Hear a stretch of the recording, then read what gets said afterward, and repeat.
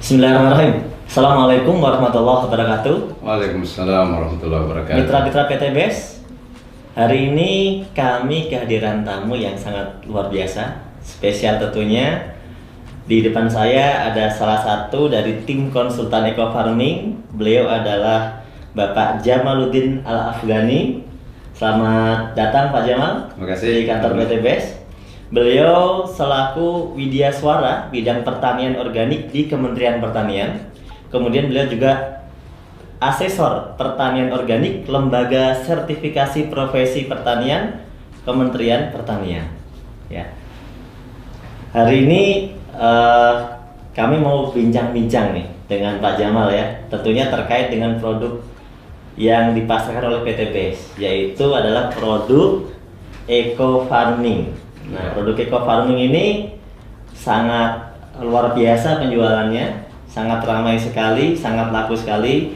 Namun tentunya banyak sekali mitra-mitra atau mungkin masyarakat yang sebenarnya belum paham betul seperti apa sih sebenarnya kinerja Eco Farming ini. Nah, yang pertama saya mau tanya, seperti apa sih Pak pupuk Eco Farming ini sebenarnya secara garis besar ya? Ya, baik Pak Nur, terima kasih. Jadi para sahabat sekalian, Eco Farming ini kebetulan kami sudah melakukan beberapa kali uji laboratorium terkait dengan kandungan-kandungannya. Jadi yang pertama tentu kalau yang sudah ada di kemasan yang sudah sering kita lihat adalah ada kandungan seorganiknya. Nah, seorganik ini adalah merupakan salah satu bahan yang sangat vital dalam memperbaiki kualitas tanah ya. Jadi tanah yang baik itu diindikasikan dengan seorganik yang semakin tinggi. Nah, saat ini kondisi tanah kita kenapa masuk dalam kategori kurus? Karena seorganiknya rata-rata kurang dari 2%, bahkan saat ini menuju ke 1%. Nah, jadi ini adalah satu hal yang menggembirakan bagi kita bahwa ada satu produk kecil tetapi kadar seorganiknya sangat luar biasa.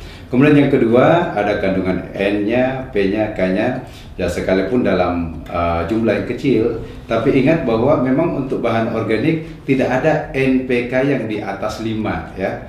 Jadi kalau Mas Nur, kalau misalnya ada pupuk organik yang N-nya di atas 5, itu malah dipertanyakan, jangan-jangan pakai urea. Jadi secara peraturan memang nggak boleh. Nggak boleh.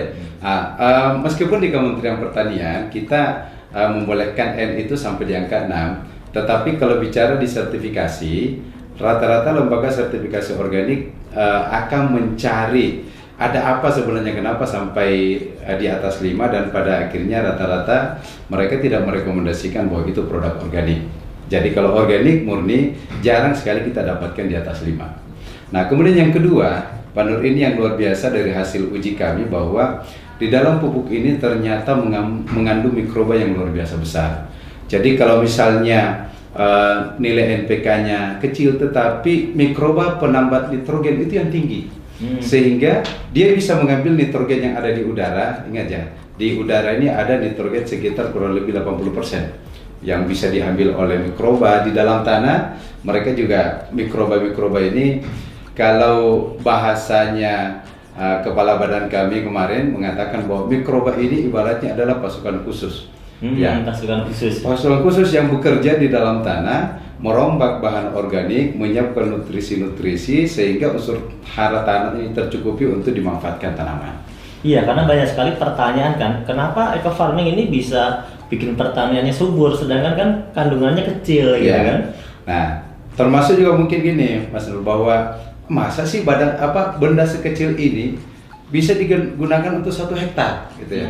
Nah, saya ingin jelaskan para sahabat mitra PTBS dimanapun berada, di dalam satu tub Eco Farming ini hasil uji lab kami yang baru keluar kurang lebih 2 minggu yang lalu ya, kurang lebih 2-3 minggu yang lalu, itu mengindikasikan bahwa jumlah mikroba positif yang ada dalam 30 gram itu 150 miliar. Nah, padahal dalam kondisi belum diapa-apain ya? Belum diapa-apain. Nah, ada 150 miliar. 50 miliar. Itu minimal dari 5 kali ulangan di dalam pengujian di laboratorium, itu nilai terkecil adalah 150 miliar. Nilai tertinggi diperoleh 189 miliar. per 1 tub. Jadi kalau kita ambil tengahnya itu kurang lebih sebenarnya 170 miliar Rata-rata gitu ya? rata-ratanya ya. Tapi Itu maknanya apa, Dok? maknanya begini, dengan mikroba yang dalam jumlah yang besar itu ketika kita aplikasikan ke tanah sebenarnya tidak perlu langkah awal tidak perlu sebenarnya kita lakukan pengembangbiakan lagi, fermentasi gitu ya. Itu yang pertama. Yang kedua, ketika kita aplikasikan ke tanah di dalam satu kali aplikasi, misalnya kemarin saya membuat sebuah catatan kecil bagaimana kita breakdown di dalam dalam 1000 ml itu ada 150 miliar misalnya. Nah, artinya setiap 100 ml itu ada kurang lebih 15 miliar.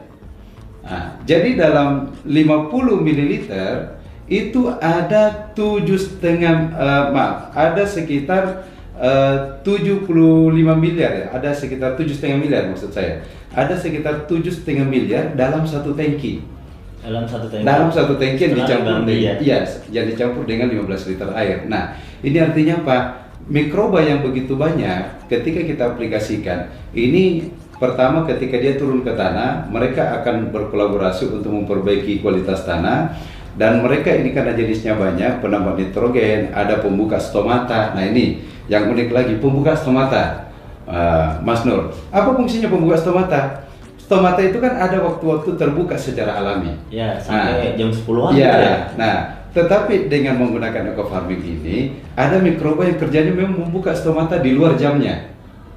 Jadi bisa bertambah lama gitu terbukanya. Nah, sehingga kenapa kemudian teman-teman misalnya di sawit ya, tadi kita dengarkan ada tamu dari Bengkulu mengatakan ada petani yang mengaplikasikan baru sekali, tadinya daunnya itu nggak bisa terbuka untuk keluar sawitnya, baru sekali aplikasi ternyata udah pada keluar setelah 28 hari.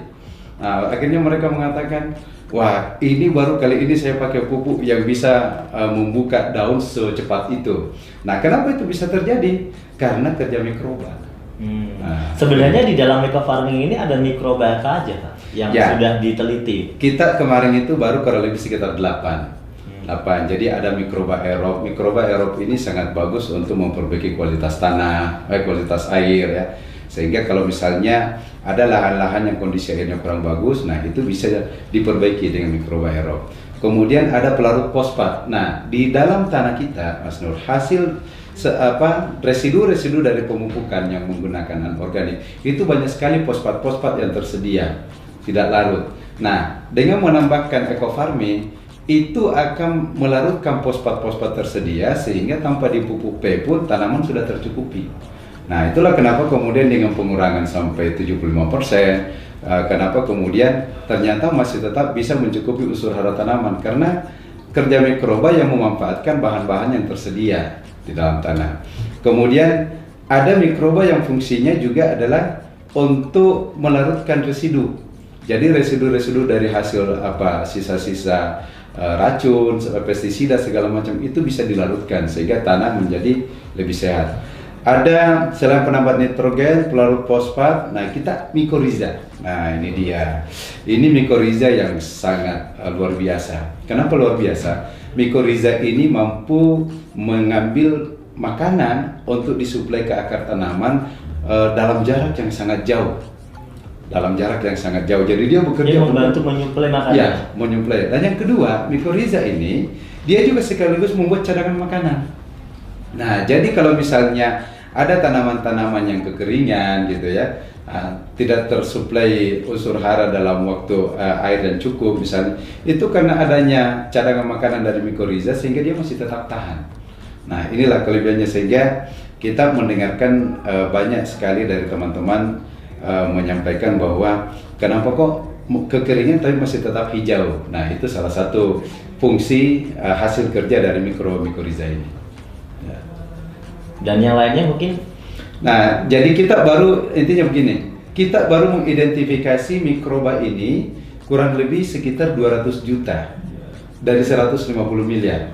Nah, sehingga baru diidentifikasi sebagian? Iya, baru sebagian. Dari 150 miliar ini hasil uji kita baru kurang lebih 200 juta yang teridentifikasi. Artinya apa?